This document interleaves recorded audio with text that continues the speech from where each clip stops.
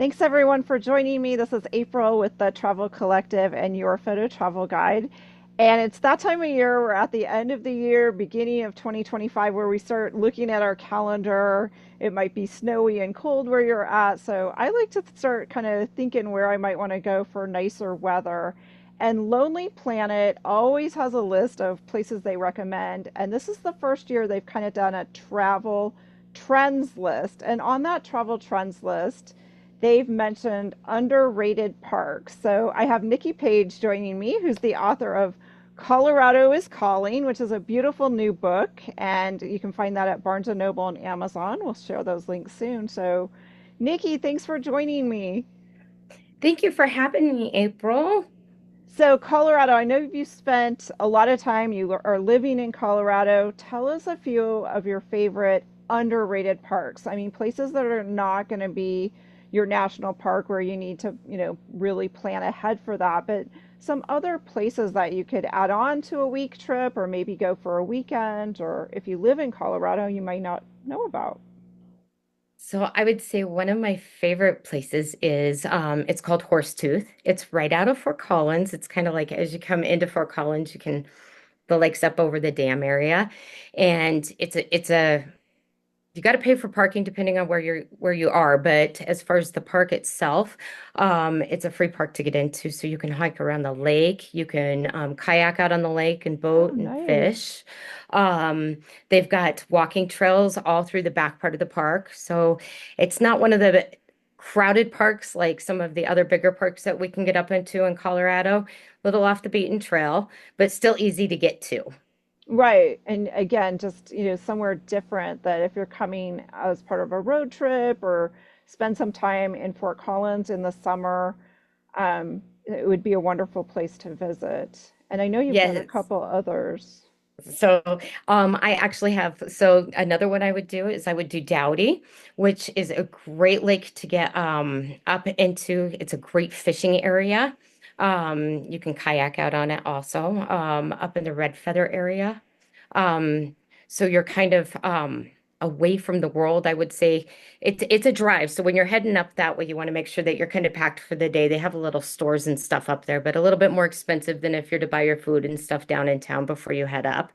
But that's another state park that has on the outside of it. In that area, there's a lot of hiking and a lot of bird watching. So if you do any Oh, kind of bird nice. watching, you can do a lot of animal watching and see the deers and stuff back there also. So, and then another one is Boyd Lake. Boyd is one I absolutely love to kayak on. It's one of my favorite kayaking ones. And you can actually hit all three of those lakes that I was just talking about.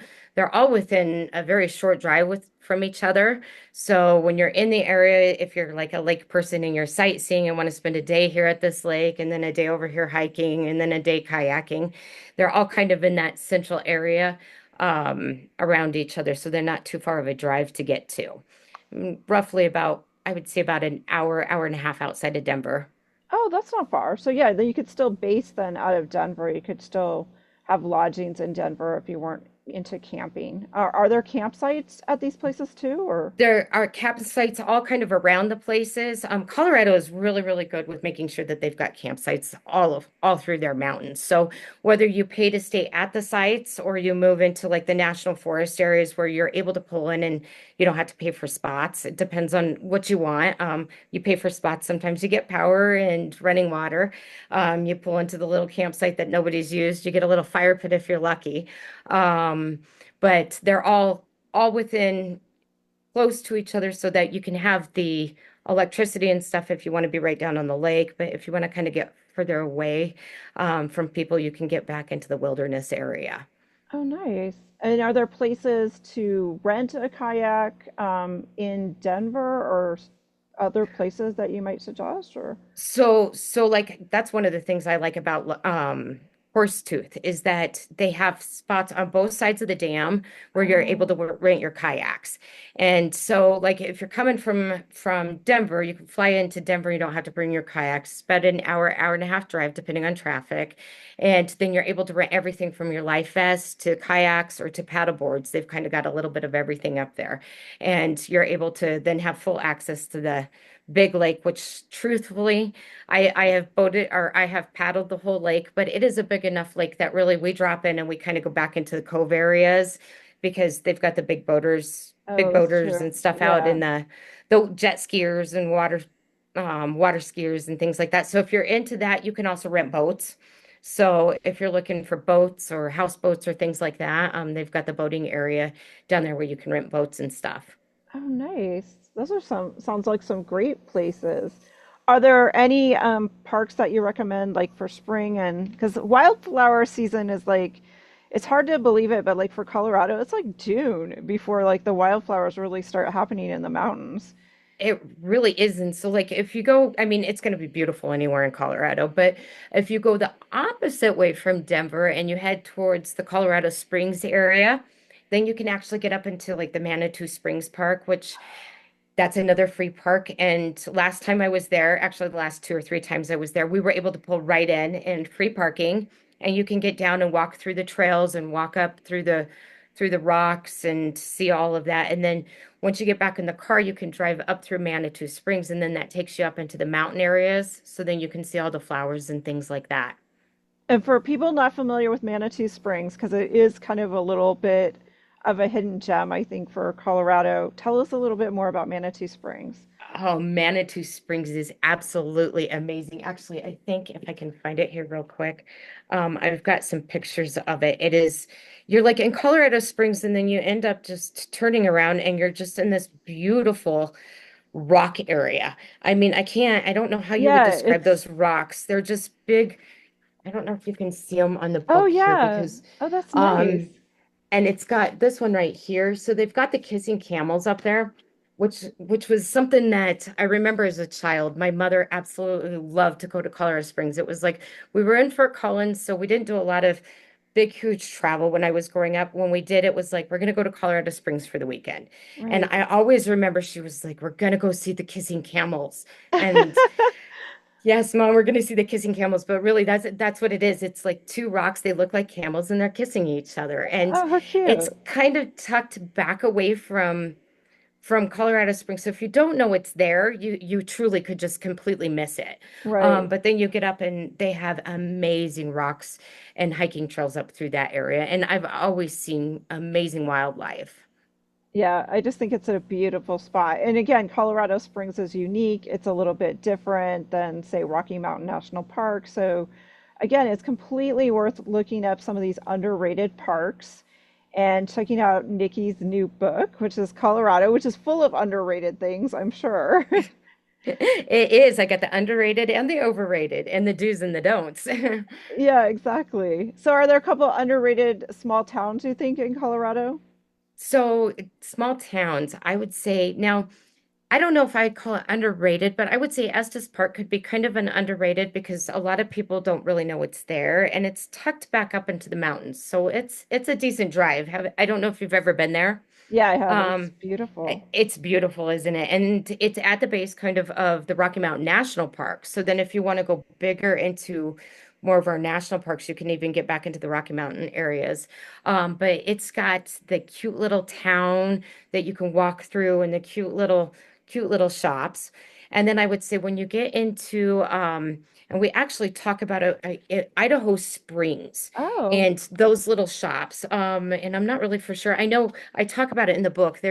Um there's a couple little towns right outside of the Idaho Springs area, and they've got the cute little shopping and like the yeah, they're old kind of town like little Hallmark kind of movie e- inspired. Yeah. exactly. And that's what they look like. And when you go into the little soap stores, or if you're looking for souvenirs, Christmas decorations, things like that, they've got the little walking areas and the chocolate factories. I mean, they all Yeah. have Oh, candy and chocolate yeah. on every corner. So, but if you get back up into that, the springs to like the Black Hawk area and the Manitou Manitou Springs area. Those are all little towns too. Manitou Springs, I would say, is a little bit bigger because it's connected to Colorado Springs versus like Estes. So if you don't want as many people, I would say head towards like the Estes area.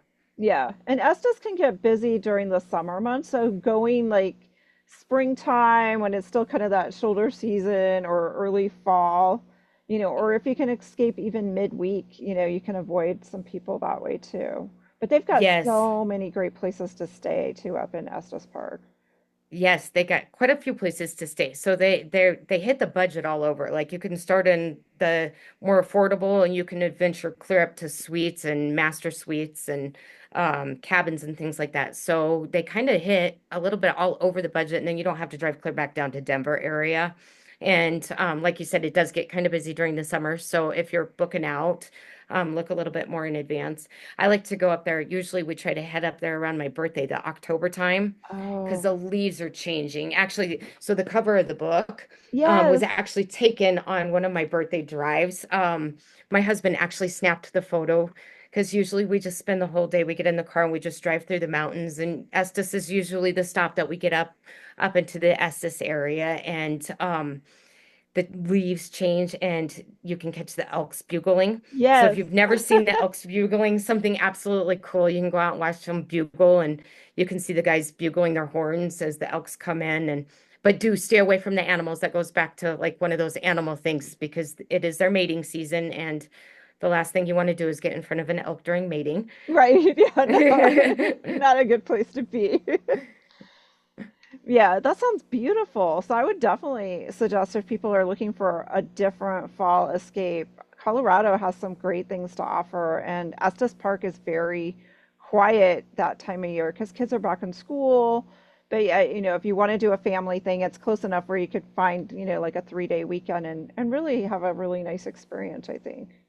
And there's a lot of little places outside of the Estes Park area. So Estes Park, when I say Estes Park, they're more like the town and the hotels and everything. But if you're looking for off the beaten path, just get in your car and drive like 10 minutes either way. And you'll find lakes and hiking trails and I mean everything that you need for nature. Yeah, beautiful. So, Nikki, how do people find your website, pick up the book, or reach out if they have a question for you? So you can pick up the book at Barnes& Noble and Amazon. Have both got it stocked. And then you can also grab it off of my website at vivapurpose.com. We've got that as you go into the first page there. If you click up in the top corner to see books, it'll shoot you over and then you can pick out what kind of book you want. And it has all my books listed there. Sounds great. Thank you so much, Nikki. It was great to catch up and hear about some underrated places in Colorado. Yes, thank you for having me.